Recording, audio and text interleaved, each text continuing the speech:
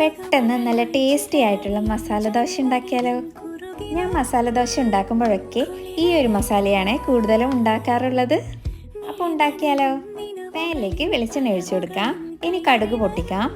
ഇനി ഉഴുന്ന്, ഇഞ്ചി, കറിവേപ്പില, പച്ചമുളക്, വെളുത്തുള്ളി ഒന്ന് വഴറ്റിയെടുക്കാം.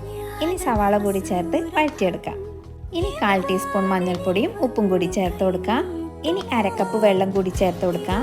വെള്ളം തിളച്ച് വരുമ്പോൾ സ്റ്റീം ചെയ്ത് ഉടച്ച് വെച്ച പൊട്ടറ്റോ കൂടി ചേർത്ത് കൊടുക്കാം. ഇനി നന്നായി മിക്സ് ചെയ്ത് അല്പം ഗരം മസാലയും കുരുമുളക് പൊടി കൂടി ചേർത്ത് കൊടുക്കാം.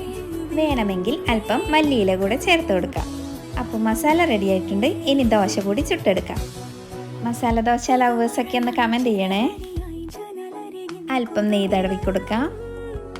ഇനി ആവശ്യത്തിന് മസാല കൂടി വെച്ച് മടക്കിയെടുക്കാം. ഇനി ഒരു തക്കാളി ചട്നി കൂടി ഉണ്ടെങ്കിൽ ആഹാ, അതുമാത്രം മതി.